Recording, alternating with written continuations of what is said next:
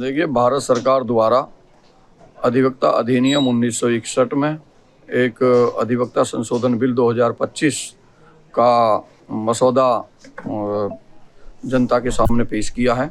उसमें आपत्ति मांगी गई है। जब उसका अध्ययन किया गया तो उस अध्ययन के बाद पता चला कि अधिवक्ताओं को गुलामी की तरफ ले जाने का ये काला कानून है। इसमें अधिवक्ता की स्वतंत्रता को, स्वाभिमान को, सम्मान को और जो पीड़ित व्यक्ति है उसको न्याय दिलाने में ये एक बेड़ी के रूप में सामने आया है। और पूरे देश का जो अधिवक्ता है वो आज उद्वेलित है, सड़कों पर है। और जब से ये पब्लिक प्लेटफॉर्म में आया है अमेंडमेंट बिल 2025, तभी से अधिवक्ता इसको निरस्त कराने के लिए, रद्द कराने के लिए आंदोलनरत है।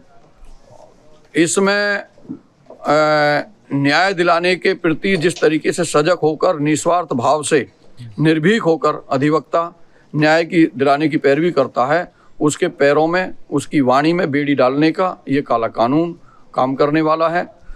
इसमें यदि अधिवक्ता की जो उसके प्रति इतने दायित्व और इतने जोर जबरदस्ती के प्रतिबंधित ऐसे नियम और परिनियम बना दिए गए हैं जिससे लगे कि अधिवक्ता निर्भीक होकर न्याय दिलाने की स्थिति में ना होकर कि वो अपने बचाव में और अपनी पैरवी में लगा रहेगा। इसमें अधिवक्ता को प्रतिबंधित करने के लिए उस पर जुर्माने का भी इसमें प्रावधान है। उसको जो फंडामेंटल राइट, वाक की स्वतंत्रता, आर्टिकल 19, उसको भी प्रतिबंधित किया गया है। यानी इस देश का अधिवक्ता के अलावा प्रत्येक वर्ग अपनी पीड़ा होने पर, अपना शोषण होने पर या सामाजिक मुद्दे पर जनता के किसी शोषण के खिलाफ अपनी आवाज़ उठाएगा तो उसको प्रतिबंधित करने के लिए काला कानून लाया गया है। कारण ये है कि सरकार नहीं चाहती कि इस देश में कोई स्वतंत्र रूप से अपनी आवाज़ दे सके।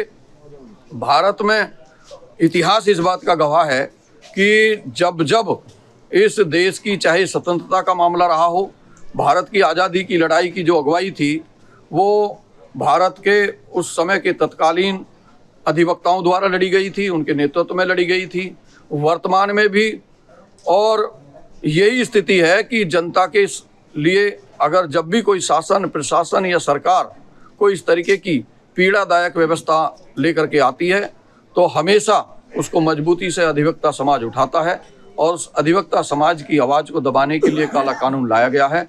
हम पूर्ण तरीके से, पूरे देश का अधिवक्ता इस काले कानून के विरोध में है। ये दमनकारी है, ये हमारे मान, सम्मान, स्वाभिमान को कुचलने वाला है। ये न केवल अधिवक्ता बल्कि संपूर्ण न्यायपालिका के लिए भी एक काला अध्याय है, क्योंकि न्यायपालिका अधिवक्ता के द्वारा वाद में पैरवी के आधार पर चलती है। अगर अधिवक्ता मजबूती से निर्भीक होकर अपनी पैरवी नहीं करेगा तो निश्चित तौर पर न्याय दिलाने में भी एक पीड़ित व्यक्ति को परेशानी का सामना करना पड़ेगा। और इसीलिए आज हम सब लोगों ने हजारों की संख्या में इकट्ठे होकर के माननीय जिला अधिकारी महोदय के माध्यम से भारत के विधि मंत्री को ये ज्ञापन इस वजह से दिया है कि ये काला कानून रद्द हो और पूर्ण तरीके से, बल्कि ये काला कानून रद्द होने के साथ साथ हम चाहते हैं कि जो एडवोकेट प्रोटेक्शन एक्ट है जो अभी विचाराधीन है उसको मजबूती से लागू किया जाए ताकि और बेहतर तरीके से समाज में पीड़ित व्यक्ति को न्याय दिलाने के लिए अधिवक्ता अपनी बुलंद आवाज से पैरोकारी कर सके। इस कानून से अधिवक्ताओं को सीधे तौर पर अगर हम कहें तो क्या नुकसान होगा? मान लीजिए अगर कोई जो सबसे ज्यादा आप लोगों को समस्या होगी, क्या होगी, चाहे जैसा आप समझा सकते हैं अगर आसान भाषा में?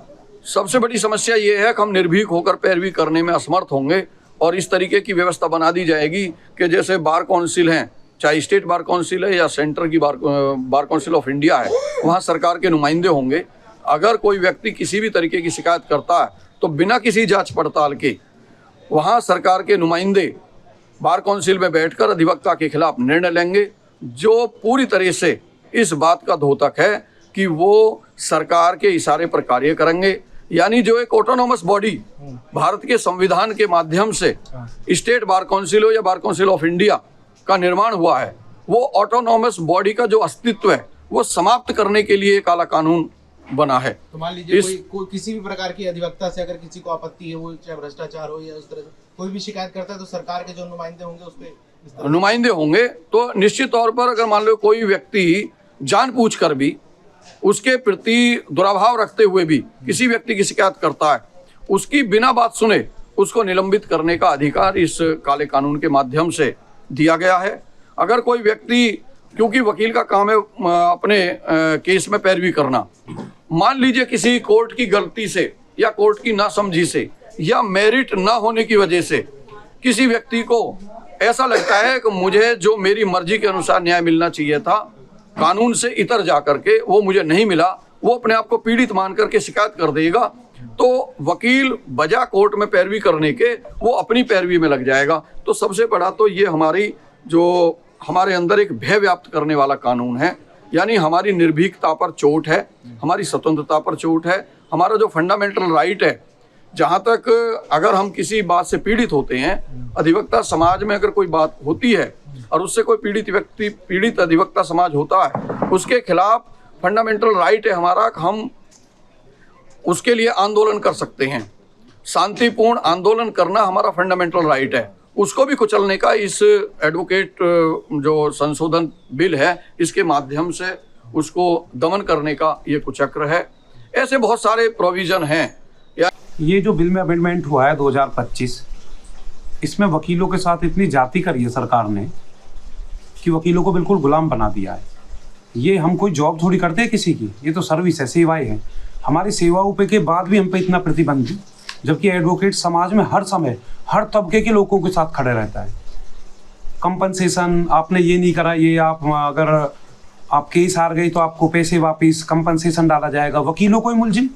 सरकार भ्रष्टाचार पे कोई रोक नहीं लगा पाई है, सरकार काले कारनामों पे कोई रोक नहीं लगा पाई है, काले कानूनों पे कोई रोक नहीं लगा पाई है, केवल वकीलों पर रोक लगाना चाहती है। आप वकीलों को क्यों रोकना चाहते हो? केवल कानून की आवाज़ को बुलंद करने के लिए, लॉ पे बात करने के लिए अधिवक्ता एक साधन है, उसी को आप बांध रहे हो। तो अधिवक्ता अगर अपनी बात को नहीं कहेगा, आम जनता को कानून के बारे में जागरूक नहीं करेगा, तुम अधिवक्ता पर इस तरह के कानून बनाओगे तो कैसे पॉसिबिलिटीज होंगी कानून को बढ़ावा देना? लॉ पर अगर आप बात करोगे तो अधिवक्ता मुख्य है, अधिवक्ता को आप गुलाम समझ के, अधिवक्ता आपकी जॉब थोड़ी कर रहा है, सेवा का पैसा है, सेवा कर रही है, तो सेवा वाले पैसे पे आप बहुत ज़्यादा प्रतिबंध नहीं कर सकते। आप डॉक्टर्स, एडवोकेट्स, इनके लिए तो आपको एक विशेष रखना चाहिए। अधिवक्ता बार बार अपनी बातें उठाते रहे हैं, परिषद के माध्यम से भी और अन्य माध्यमों से भी, कभी भी अधिवक्ताओं की हेल्प सरकार के द्वारा नहीं की गई। हमारे बहुत सारे अधिवक्ताओं पे चैम्बर्स नहीं है, उनकी हेल्प के लिए सरकार कभी आगे नहीं आती। बहुत सारे अधिवक्ता छतरी खोलकर धूप में बैठ के वकालत कर रहे हैं, बारिश में बैठ के वकालत कर रहे हैं, उन पर सरकार का कोई ध्यान नहीं। केवल ध्यान ये है कि अधिवक्ताओं को कैसे बांधा जाए, सरकार के अंतर्गत कैसे लाया जाए।